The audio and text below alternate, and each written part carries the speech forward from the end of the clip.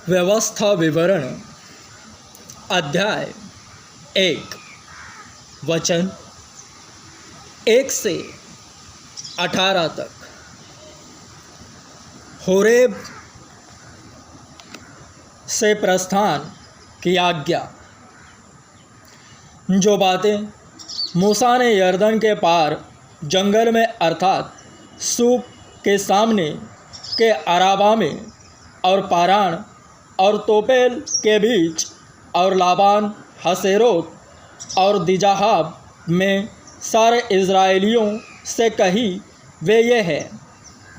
Horeb से Kadesh बरने तक Seir पहाड़ का मार्ग 11 दिन का है।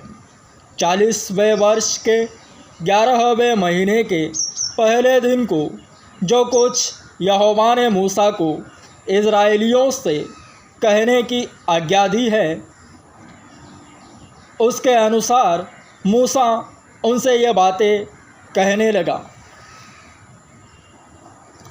अर्थात जब मूसा ने एमोरियों के राजा हेशबोन वासी सीहोन और बाशान के राजा अशतारोत वासी ओग को एद्रई में मार डाला, उसके बाद यरदन के पार मोआब देश में वह व्यवस्था का विवरण यूँ करने लगा।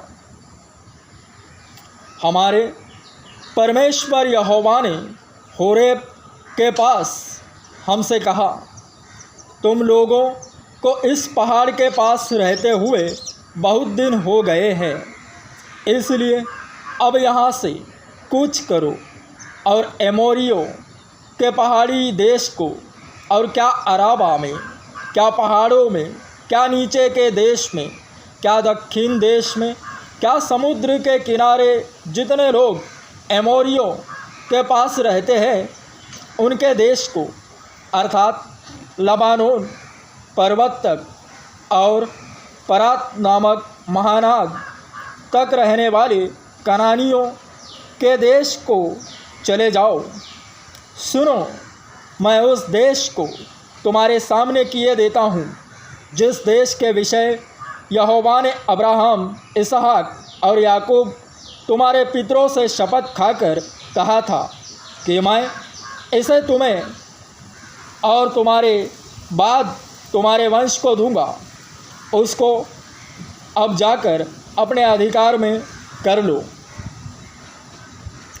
मूसा द्वारा न्यायियों की नियुक्ति।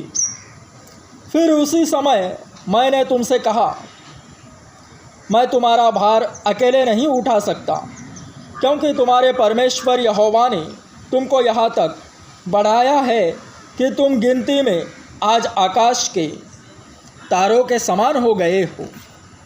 तुम्हारे पितरों का परमेश्वर तुमको 1000 गुना और भी बढ़ाए और अपने वचन के अनुसार तुमको आशीष भी देता रहे। परंतु तुम्हारे झंझट और बोझ और रगड़े झगड़े को मैं अकेला कहाँ तक सहता हूँ। इसलिए तुम अपने अपने गोत्र में से बुद्धिमान और समझदार और प्रसिद्ध पुरुष चुन लो, और मैं उन्हें तुम पर मुखिया ठहराऊँगा। उसके उत्तर में तुमने मुझसे कहा, जो कुछ तू हमसे कहता है उसका करना अच्छा है।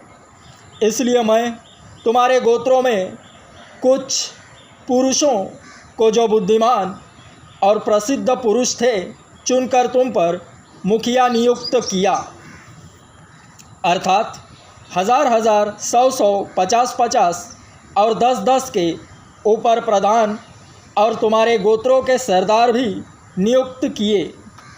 और उस समय मैंने तुम्हारे न्यायियों को आज्ञा दी, तुम अपने भाइयों के मुकद्दमे सुना करो और उनके बीच और उनके पड़ोसियों और परदेशियों के बीच भी धर्म से न्याय किया करो। न्याय करते समय किसी का पक्ष न करना, जैसे बड़े की वैसे ही छोटे मनुष्य की भी सुनना। किसी का मुँह देखकर न डरना, क्योंकि न्याय परमेश्वर का काम है, और जो मुकदमा तुम्हारे लिए कठिन हो वह मेरे पास ले आना और मैं उसे सुनूंगा। और मैंने उसी समय तुम्हारे सारे कर्तव्य तुमको बता दिए।